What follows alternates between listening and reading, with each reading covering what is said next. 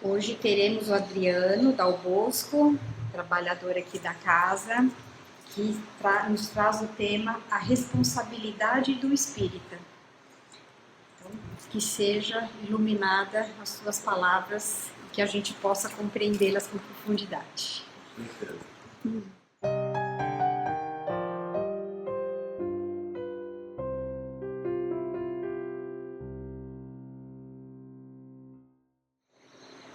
Boa tarde, irmãos, amigos aqui presentes, que a paz do Mestre Jesus esteja no coração de cada um de nós.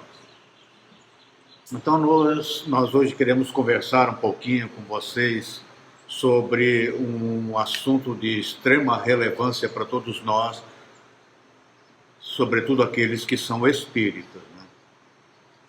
Falar da responsabilidade que nós temos perante a causa espírita. Vamos refletir então sobre o compromisso que assumimos na nossa condição de espíritas. Vamos ver se estamos realmente compatibilizados, se nos sentimos compatibilizados com as orientações espirituais que nós recebemos do nosso Pai Maior. Assim, nós sabemos que uma das missões mais importantes é o compromisso da doutrina espírita que nós recebemos. E a nossa missão é fazer com que nós possamos retornar ao cristianismo na sua simplicidade, na sua pureza, trazida e encenada e também exemplificada por Jesus, assim como era lá no princípio, quando o Mestre deixou as suas instruções e os seus seguidores realmente faziam aquilo que estava determinado com toda a simplicidade e pureza. Por isso nós hoje, há mais de 2000 anos, continuamos com essa responsabilidade. Por isso nós não podemos nos colocar numa condição de apatia diante do mundo, como se estivéssemos a dizer, não é responsabilidade minha, o que eu aprendi está bom, vou cuidar do meu lado, da minha vida, e o resto cuide de si. Isso é apatia, e não é assim que nós devemos fazer. Estamos aqui para ajudar na transformação moral do nosso planeta e contribuir também para com o processo de transição planetária. Cada um de nós tem uma responsabilidade nessa parte. Estamos aqui também para ajudar o nosso próximo a também encontrar Jesus como nós entendemos que já encontramos. E eu falo entendemos porque no decorrer dessa nossa reflexão, nós vamos perceber que muitas vezes não adianta nos rotularmos como cristãos, né, dizer eu sou cristão, se junto com essa afirmação nós não estivermos fortemente incluídos nos propósitos de firmemente vivenciar os princípios espíritas.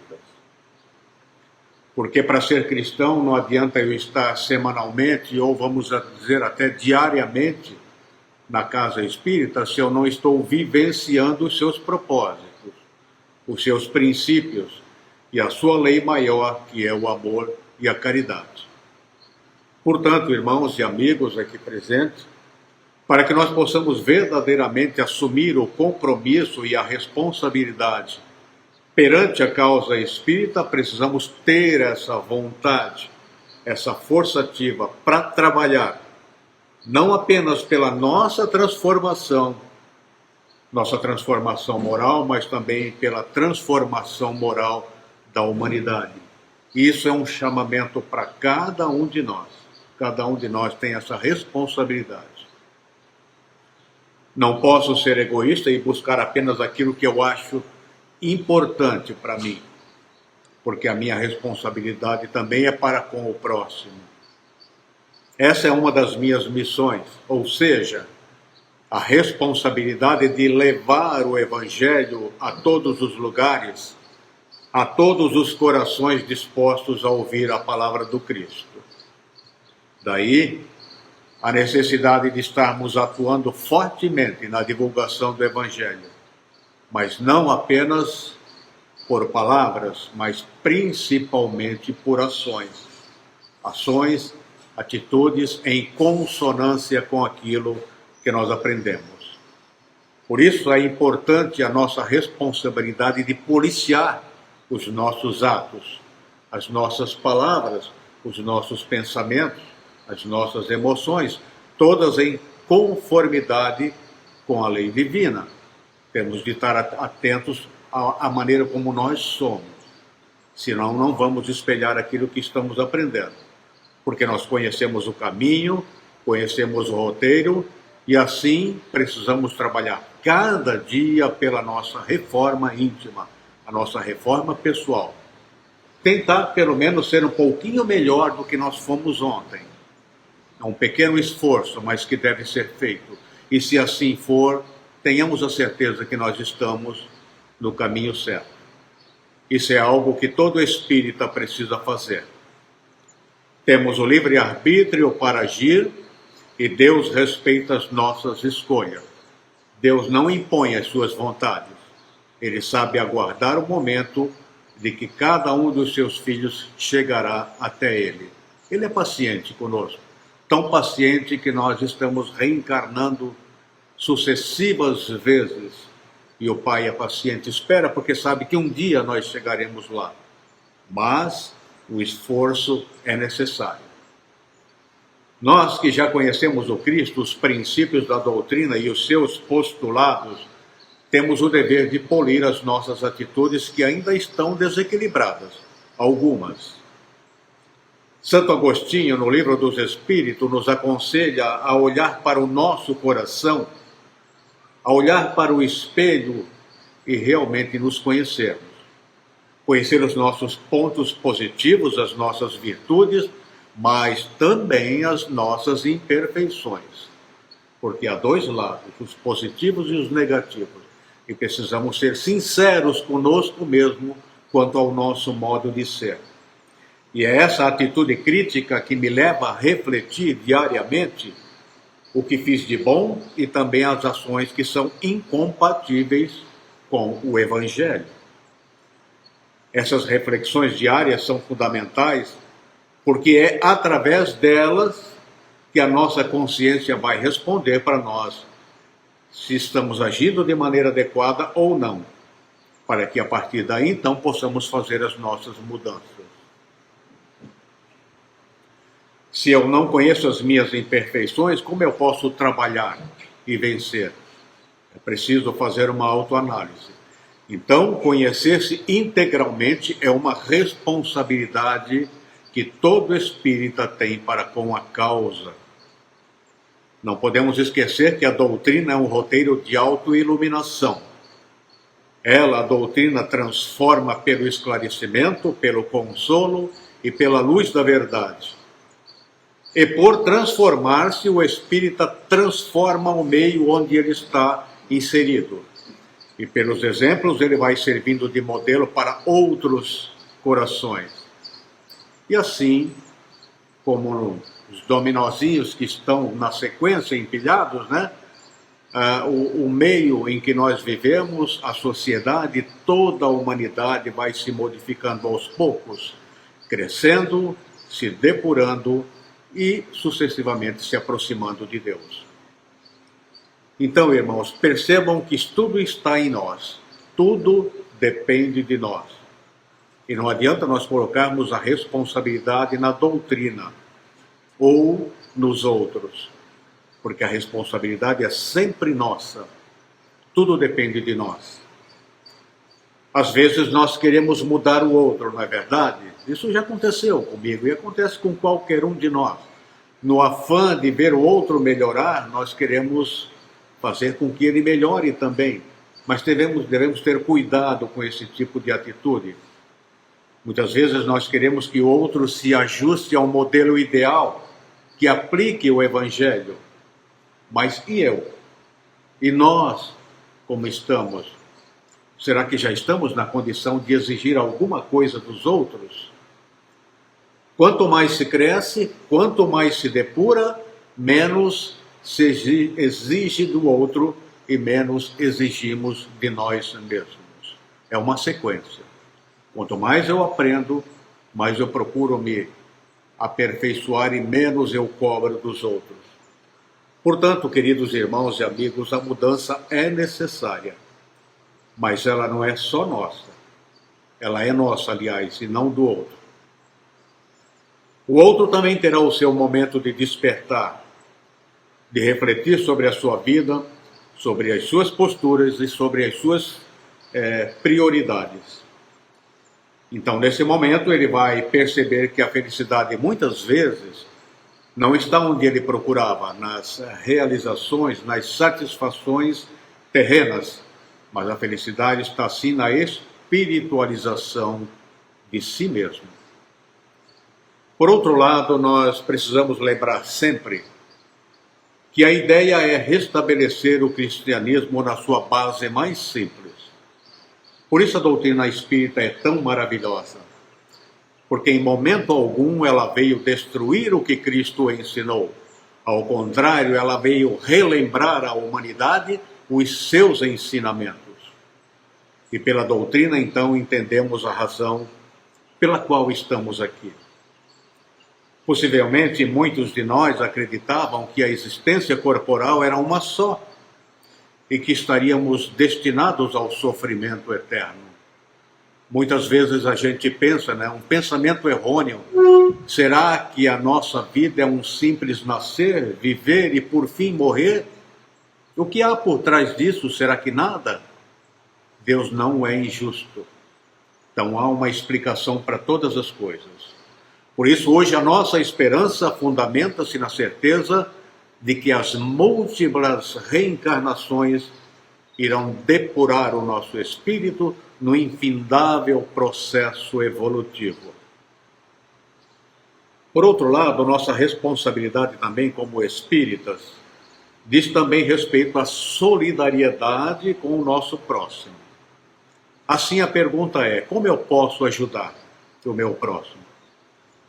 Mostrando as verdades espíritas, mostrar o consolo que a doutrina traz, ao dizer, por exemplo, que os nossos familiares, ao desencarnarem, continuam com a sua individualidade no plano espiritual, continuam amando a cada um de nós, nossos avós, nossos pais, filhos, irmãos, parentes, todos os entes queridos, enfim, ao desencarnar, vão para o plano espiritual e continuam nos acompanhando. Alguns deles até tão perto de nós, que se tivermos um pouco de mediunidade, nós vamos pressentir isso aí. E falar também aos nossos queridos sobre a lei de causa e efeito, e deixá-los saber que tudo aquilo que fizemos de bom ou ruim irá retornar para nós.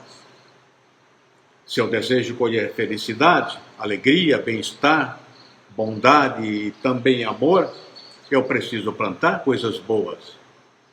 Meus atos, meus pensamentos e palavras devem servir de exemplo. Mas se hoje eu estou colhendo dificuldades e dores, é provável que as causas ainda devam estar nessa vida. Então precisamos rememorar o que estamos fazendo. Talvez o nosso sofrimento momentâneo não está lá no passado, nas vidas passadas. Pode estar nessa vida ainda por estar agindo em não conformidade com a lei do Mestre Jesus. Preciso fazer uma autocrítica e ser sincero comigo mesmo. Como estou usando a oportunidade de reencarnação que me foi concedida? E aí a pergunta para nós que somos espíritas, será que eu estou sendo um bom trabalhador espírita? Como estou usando os recursos que me foram dados, os meus talentos? Salete lembra quando nós estudamos no nosso grupo, sobre a questão dos talentos, como eu estou usando esses talentos? Estou usando para ajudar os outros e a transformar o mundo? E assim, queridos irmãos, a nossa responsabilidade é muito grande, porque somos instrumentos ativos da transformação da humanidade. Eu posso ser um espírita, mas também posso ser um trabalhador espírita, que é uma coisa diferente. São próximas, mas não são iguais. E não tenham dúvidas de que essa é a tarefa de todos aqueles que conhecem a doutrina. Galgar, caminhar, se colocar à disposição para a obra. É isso que Cristo espera de cada um de nós. Porque não podemos dispor de tanto conhecimento, de tanta luz e de tanta verdade em vão. Não podemos. O nosso compromisso é também, aos que são espíritas, colocar mãos à obra. Levar o amor a outros corações, ajudar a aliviar as lágrimas e os infortúnios ocultos que acometem tantas famílias. Contribuir para que os outros possam conhecer a luz da doutrina espírita, como nós já conhecemos, e que transformaram a nossa vida. Então percebem a importância da nossa atitude diante da causa e da casa espírita, e como nós podemos ajudar e contribuir na vivência da Boa Nova? O crescimento é tarefa inadiável e o tempo é de urgência. Todo aquele que se coloca na condição de trabalhador espírita precisa estar sempre estudando. Nós temos uma quantidade infindável de informações à nossa disposição. Temos na casa, como qualquer casa espírita, uma biblioteca à disposição, com excelentes publicações. Temos a nossa livraria com livros novos. Enfim, há uma quantidade de material à nossa disposição. E nós precisamos, então, nos apegar a isso e ampliar os nossos conhecimentos. Numa única existência, nós temos a certeza que não vamos conseguir ler tudo aquilo que a espiritualidade já nos trouxe. Mas, pelo menos nessa existência, devemos fazer esse esforço de procurar obter conhecimento daquilo que está ao nosso dispor. Saber sobre a codificação, os 5 livros da codificação, é o básico, mas não podemos nos limitar somente a isso. Estudar as obras complementares já vão com certeza preencher essa nossa existência reencarnatória. Ler, estudar, ouvir palestras, buscar pelo aprimoramento tem que ser uma constante em cada um de nós. Por isso, e diante disso, traz-nos uma indagação, uma pergunta. Como está a minha mudança nessa existência? Será que eu estou conseguindo vencer a mim mesmo? Será que eu estou conseguindo me despir das minhas imperfeições, do orgulho, do egoísmo, que são 2 grandes chagas da humanidade? Porque a nossa luta não é contra o próximo.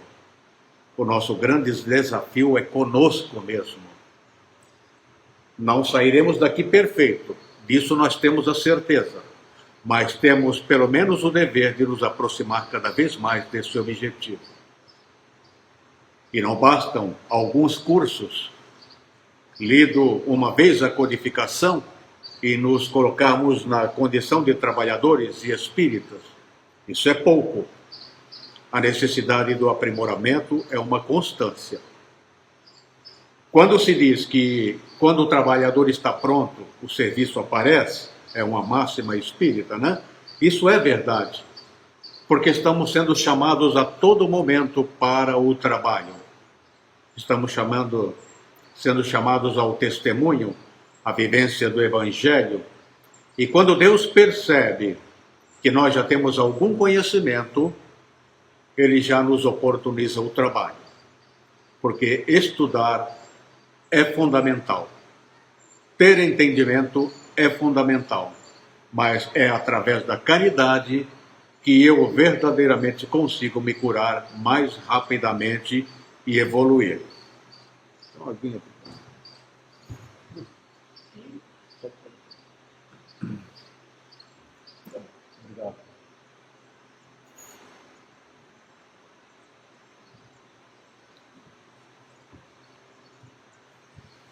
Então, irmãos, o trabalho sempre aparece, mas como nos colocamos diante desse convite?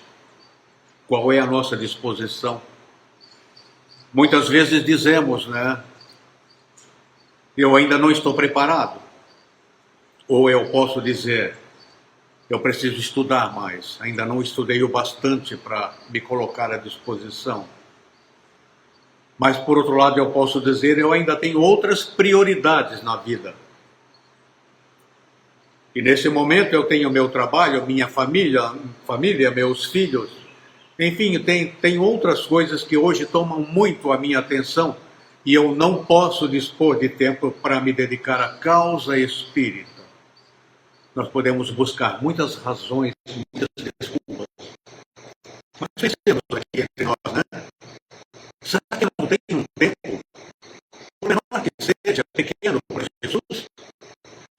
Porque Jesus trabalha ininterruptamente por nós.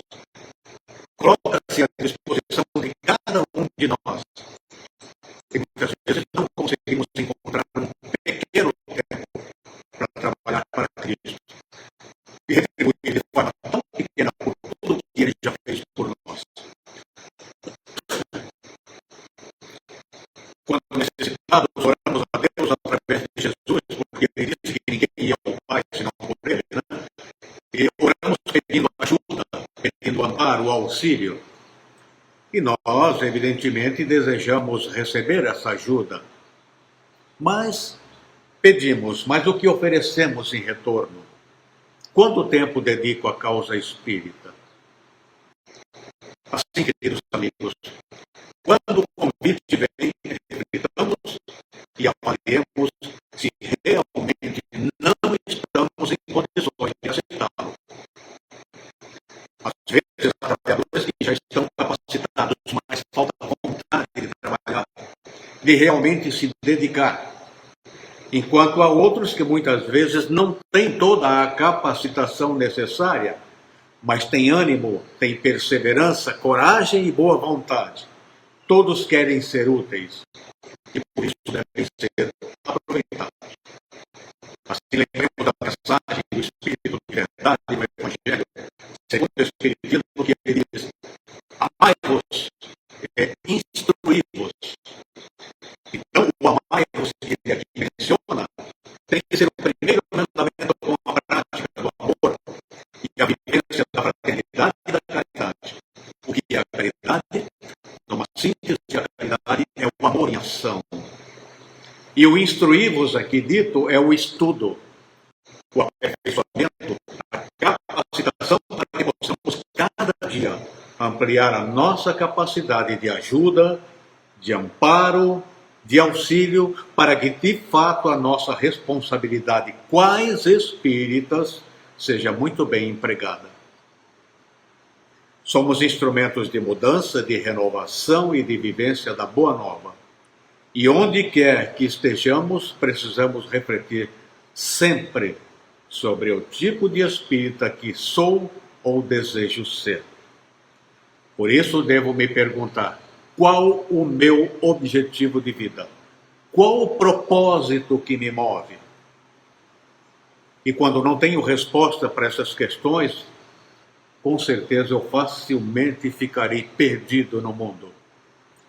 Daí a importância das reflexões para nos dar um norte, para nos dar um caminho, uma orientação, um rumo por onde eu devo dar os meus passos seguros e caminhar. Há uma diferença entre dar o nosso melhor e fazer o mais ou menos. Nós brasileiros temos o hábito de dizer: eu vou fazer o possível quando alguém me pede alguma coisa, não é verdade? Mas já os americanos dizem: vou fazer o meu melhor quando eles são solicitados a uma tarefa. Então há uma diferença entre o possível e o melhor.